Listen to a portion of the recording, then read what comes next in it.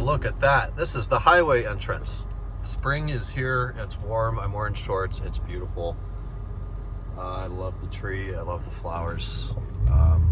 Headed up to the shop. My dad's calling me back. Let me take that. I'll get you guys an update shortly. Okay, Friday, 4:30. Let's get a clip in here. The shop update. It's been a little while. So the 550, E60 550 conversion is still here, still in progress. It has a GS653BZ manual transmission mounted, has a shifter sticking up through the hole, but not yet like pushed into the carrier's not clipped into the chassis yet, because I think that transmission needs to come back off. And that would be because the hard clutch line in between the master cylinder and the slave cylinder is actually missing a piece. We got the new clutch line over here. It was in Jersey, I think, so it took a few days to get in, but here it is. Looking at the top of it, this is the part. So it comes down out of the master cylinder here, 90 degree over to the right, along, this is under the brake pedal, under the throttle. Then it goes up the side of the transmission tunnel, through the firewall / tunnel with this grommet, and then the slave cylinder flexible hose would plug in over here at the transmission. So this fitting right here is a two-piece fitting. At the bottom, it's got this black plastic piece, and then at the top, this piece is rubber, and it's separated right there at my fingernail, my dirty ass fingernail. And Nate, you're like, Ryan, I told you to look for that. You did, and I didn't read the instructions or read the. I thought you were talking about the O-ring that fits in here. No, there is actually this thing, and that is missing from that hose. Now, could I pry it off of this one and stick it on that one? Maybe. Would I damage a $70 hose? Maybe. We'll have to do some research there and see if it makes sense to keep this part of the hose. You know, it's already installed in the car. If I could just pop this little nipple off and move it over there, it would probably stop leaking, and then we could move on to bleeding the clutch system and then seeing if the car starts and what needs to be done to the DME. Apparently, I don't need to reflash the software on these. I just need to turn off a live monitor from the transmission ECU, which is no more. We've got the DME box open. We've made some wiring adjustments in here for the reverse sensor, for the clutch sensor. This whole thing here, the E60 M5s don't have, and the reverse switch needs to come into this. It's some sort of a fuse block, then it's going to come out and go somewhere else. All of this blue stuff is for the SMG2 transmission. We've already made some wiring modifications back there on the DME, so that's well underway. We've run a couple wires into the car. We didn't have to run them into the car. We just chased them from the old SMG ECU or old SMG wiring harness, and we're repurposing those. But the clutch switch is installed and wired and grounded, so that's all done. The brake pedal's been converted to the manual pedal. We did that quite a while ago now. The clutch pedal is installed. Let me get the light on. Okay. This is a light module hanging here. I don't think we're going to have to mess with much there, except maybe the reverse switch. There's some wiring up there for the clutch master cylinder, and then the problem and the leaky area that I've been describing is right here. So we'll need to pull that back out and either replace that whole line, which involves removing the transmission again, call it an hour in, an hour out, best case. The problem is then the carpet needs to be pulled way back, and I don't want to cut it. I know I could cut it here behind where you'd never see it and then take it all out of the car. I don't want to do that. That's real sloppy. Even though this car already has some sloppy aftermarket stuff in it, I don't want any of this to be my fault or my doing.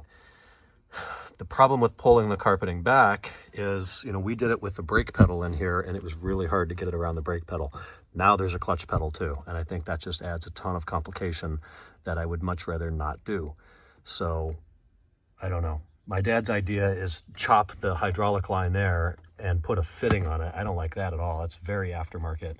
In my opinion, kind of a shortcut and not a factory solution. So we'll see. If you guys have any ideas, well, it'll be 2 weeks done by the time I get around to posting this vlog. That's the problem with that. So that's the 550. Still in progress. Still lots to go. The 530 is done and ready for customer pickup. This needs to be washed. We'll get it washed for him, and he's going to deal with that tint in Orlando. This is a 2001 M5 titanium silver, really early 01. In fact, it still has, let's see, it still has the Titan line e-brake handle, so they didn't put the leather one in yet. It's a September car. I don't know what day. This could be one of the very first facelift M5s. I'll have to decode the VIN a little bit. But we did a PPI on it. We've been chasing some issues for a few hours now. The trunk release button didn't work. There's a bunch of aftermarket wiring in there. I tore it all apart, found out the switch wasn't even plugged in, had to dig it open and dig out the wiring harness, then plug it in, and guess what? It works. And then thing two is the cruise control doesn't work. I changed the MAFs, I checked the clutch sensor, checked the brake sensor. Those switches work fine. Get under here, the gear position sensor lives up in there. And let me show you the clip I just filmed for Nate. Okay, the flash is on, sorry. 2001 M5 titanium silver. Sound familiar? Get up here and 0.5.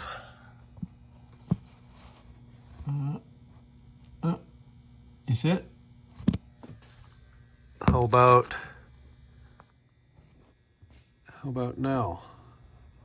Where are we? There. I see a busted wire. That'll do it. So yeah, here's the gear position sensor that screws into the transmission and then plugs in, and this appears to have been cut. So no wonder it doesn't work. It doesn't know if the car's going to be pulled out of gear. You have to think about what the cruise control system is looking for. It needs wheel speed sensors. It needs a good MAF for some reason, or in this car, MAFs. I know that because my 330xi, the cruise stopped working when the MAF failed. So I think that's the dumbest thing in the world. They're connected. I remember ranting about that on the vlog. I was driving up 271 in Cleveland, getting off at the one by the Apple store, Eaton. What's the name of that road? It's not Cedar Brainerd. Nick, you're typing it right now. Nate doesn't know. Nick is typing it. I can't come up with the name of the road. I don't know. It's been too long since I lived there now. I could get there though with my eyes closed almost. Then the car needs to know if the clutch pedal's pressed in, cancel the cruise. If the brakes are touched at all, cancel the cruise. If you take the car out of gear but don't use the clutch, let's say you smack the shifter and it goes to neutral, another reason it needs to cancel the cruise.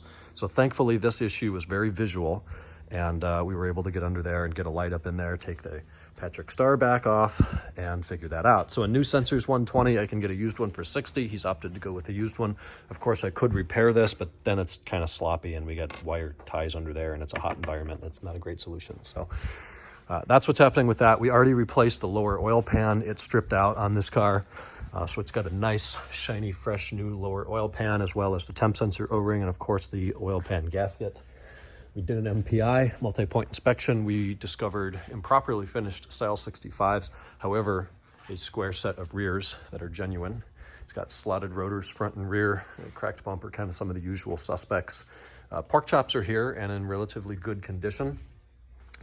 Number one items we found, priority one items, the rear ball joints have play. Yeah, it's got a muffler delete. It's got conies. These rear links are torn open up there and the ball joints are exposed. Original transmission mounts here that somebody shoved something in there to keep it from collapsing, and you can see that the exhaust is making contact with that center brace. Although I don't notice while driving, it has touched and it's only going to get worse. 134,000 miles on this car, decent service history, nice owner. He's had it since 07. So there were more. These inspections take me so long to write up because there's all these different notes. So yeah, tires, the ball joints, headlight adjusters are broken, fan clutch slips, it needs an alignment again. All of that has to be converted to an Excel invoice and MPI results document for the customer. So that's what I'm about to do. My car has now taken me a week to clean up. A week ago, we were up in Seattle picking up the M-Tech, which I have out front right now. I got the paint done, I think, on like Monday. I finally got to the wheels and the interior today. I did the glass last Thursday before I left, so it's cleaned up. Checked the fluids, everything's fine. I'm gonna get out of here. It's about 5 o'clock on a Friday. It's been quite warm today. It was 84. Now it's down to 68 and just absolutely gorgeous. So that is the Shupdate for Friday, April 16th.